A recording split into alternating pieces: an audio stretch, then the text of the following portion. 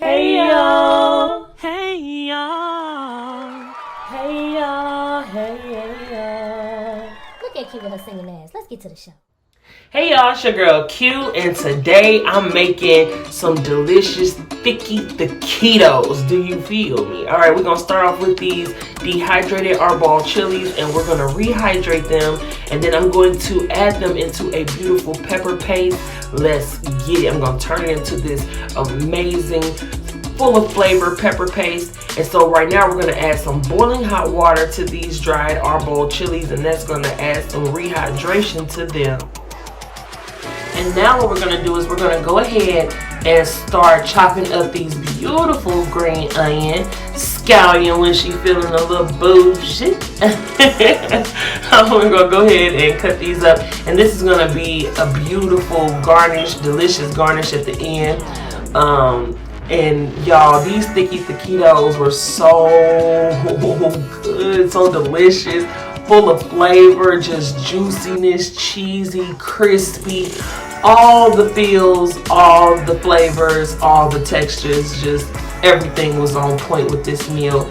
And now we're gonna take some cilantro that I have rinsed and washed up, and we're gonna dice that up as well, and I'm using that at the end as a beautiful garnish as well.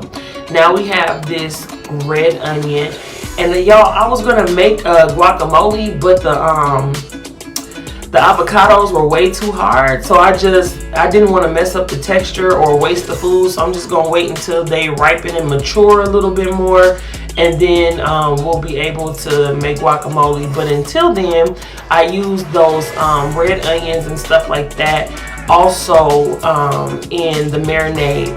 And now I have this white onion. I'm going to cut that up. That also went into the marinade as well as the chili paste that I was telling y'all about with the arbol chilies. Okay, so I'm dicing those up. Yes. And you know I don't waste nothing. That was a good piece of onion, so I went on ahead and cut it up. And now we're gonna go ahead and take a jalapeno, and I'm going to also use some of that in the pepper paste as well as the marinade, the actual marinade for the chicken. And because everybody, I keep seeing all over the place where it's like, it's a shortage of chicken, you know, and stuff like that. And I was like, damn, it's a chicken shortage. What's going on? And so, you know, people were saying, where's the chicken? Where's the chicken? So I wanted to make a chicken recipe for y'all. And it turned out just so amazing. Like, we've had these before. The first time I made these was Christmas, I believe, a couple years back, and I did a video on my Instagram, which I'm not gonna lie to y'all, I'm not really active on my Instagram like that, but I do have people that, you know, I do love that have found me on Instagram that I've been cool with for years, stuff like that, you know what I'm saying? So I always go back through, just like with my Facebook, I always go back through and say, you know, hey to my people and catch up with everybody and stuff like that. Like I said, it's all love on this end. I don't know what's going on with other folks, and that is not my business, but I do know for a fact that it's nothing but love on this side. Alright, so now I'm taking these sweet peppers, and y'all saw me cut up some fresh tomato. That fresh tomato is also going to go into the marinade for this chicken. So now we have these delicious sweet peppers, red, orange, yellow, just all this vibrant color. And yeah, some of these is going to go into the pepper paste, and some of it went directly into the marinade as well. You know what I'm saying? So that it cooked all down and it was all inside that chicken meat. Y'all gonna see what I'm talking about. And then there was a part where you guys, I was recording, but it didn't, I don't know what happened. I guess it didn't take or something, I don't know, but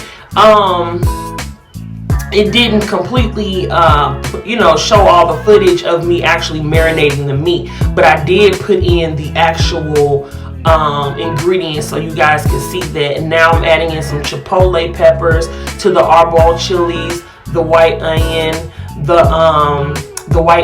the sweet bell peppers and all of that, and some black garlic. And then I'm also adding in some olive oil, extra virgin olive oil, and that's gonna be our pepper paste. So we're gonna go ahead and give that a good mincing inside the food processor, because I wanted this to break all the way down into a paste, because that's going to infuse these chicken thighs, these thick thighs that save lives, with so much potent flavor.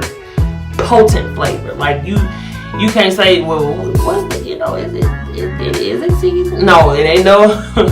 There's no ambiguity when it comes to that. You know what I'm saying? It is definitely seasoned. And so now we're going to take the pepper paste and put that inside of this bowl.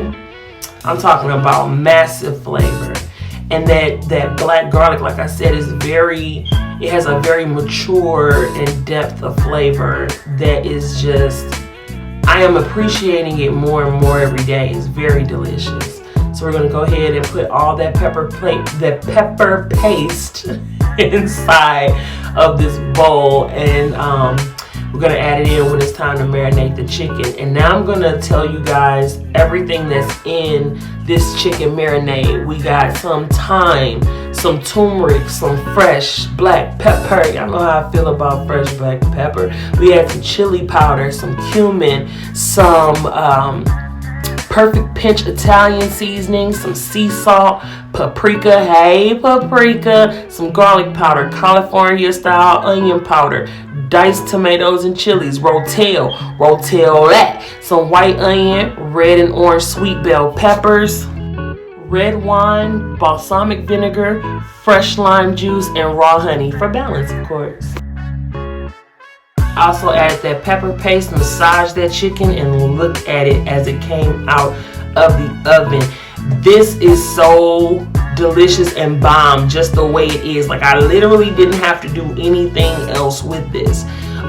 This chicken was just delicious as it is. Could have served this with some rice, could have served this with whatever, you know what I'm saying, some veggies, you know what I'm saying. Took the chicken and just, made like some tacos, like a chicken birria style taco, that have been fire too. I mean, it's just so many different possibilities. But today we're making THIQUITOS. That sounds like it needs its own hero like music introduction or some shit. But on God, though, it turned out delicious. So I took 2 forks, shredded it all up, tasted it. The flavor was popping. But I wanted to add just a little bit more salt at the end, just to have that flavor reach its true just form of deliciousness. And so now I'm finna show y'all how I roll these up. Yes, that said low carb, child. That said low carb. Because I wanted to try something different. You know what I'm saying? Just to see what it would be like. You know what I'm saying? You can't knock it till you try it. You feel me? So I'm layering the shredded chicken, cheese, and I'm using sour cream as the glue. Stop playing. Innovation. You feel me? So using that sour cream. And I saw instantly like, okay, this is going to get kind of a little bit messy. So what I'm going to do is I'm going to use my pastry brush moving forward. And what I'm doing with the taquito is I'm pushing all of the filling all the way inside on both ends of the thicky taquito, so that when I fry them, they're not all just, the stuff ain't all seeping out and falling out. You gotta pack it in tight, you know what I'm saying? Pack it in. So now what we're doing is again adding the chicken, all that flavorful chicken and stuff with that cheese. And this is just a Mexican blend cheese that I'm using, very delicious. And then bam, painting on that sour cream, whoop, push it on in on the sides, make sure everything is all nice and tight in there. Yeah, so I'm gonna do that for a while. I made 8 of these in total. And they turned out, when I tell y'all, these were so gangster. They just turned out so delicious and, man, full of flavor. Y'all gonna see what I'm talking about. Crispy and everything. Ooh. Cause it's a nice little process to it, that I really enjoy, because this is why I say I love doing like the takeout at home type situation, because you're not gonna get that at a fast food restaurant. These types of flavor development and the love that goes into it, that is a home cooked meal, but you're still getting, you know what I'm saying, the satisfaction and the, you know what I'm saying, of like being able to get something that is delicious, and that it didn't take a long time to create this meal. It really didn't. You know what I'm saying? But people will be like, oh, it's too much work, it's extra. Not really. If you think about it, it's really not that much work, and you know exactly what went into it, and you know what I'm saying, just how delicious that it's gonna be. You know what I'm saying? And then with this, I didn't feel groggy. I didn't feel like, why did I? You know how sometimes you have fast food remorse? You guys ever experience fast food remorse where you order something and then it's like, man, I done sat here and spent like $40, damn near $50 on dinner for me and my kids, and the shit wasn't even slapping like that. And, you know what I'm saying, now I feel bad in my body because it's fast food, you know? I like things that take time, good food that I don't feel regretful eating afterwards. And that is what these THICQUITOS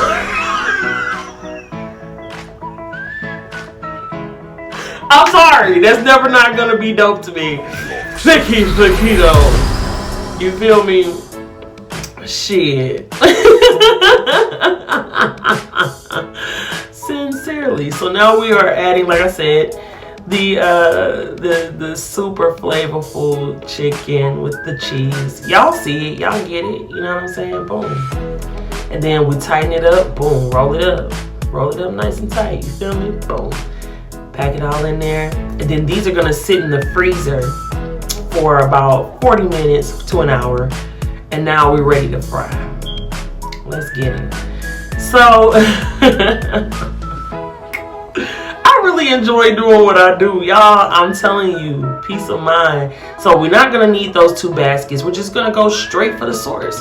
Drop those right on in there, and you see how they hold together so well? That's because putting them in the freezer gives them the space to actually, you know, kind of solidify. So the chicken, you know, all that, and it's just really a flash fry.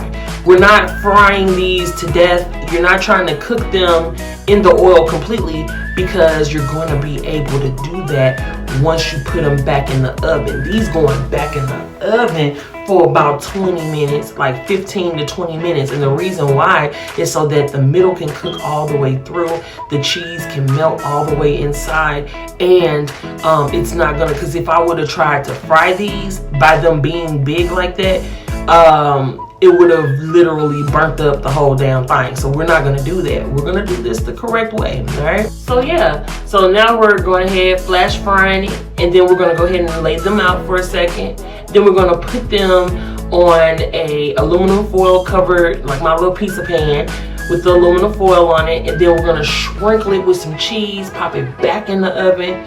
Ooh, child, you talking about some good eating, baby. This is amazing. It was delicious and very filling, and just, it was good. And like I said, I didn't feel like, oh man, or groggy. My tummy didn't disagree with me after I ate these. And I mean, you got the spice and the flavor, just, man, those arbol chilies, like everything just worked very well. The chipotle peppers with that adobo, everything just was amazingly delicious and full of flavor in these THICQUITOS. And then what I'm doing now is I'm skimming any of the little thingies that was like left behind after frying them. And now look what we're doing. We're laying these, you know, perfectly. Look at that formation. Boing! And look. Formation. So now what we're doing is we're sprinkling some more of the cheese that we put inside the THICQUITOS on the outside of the THICQUITOS.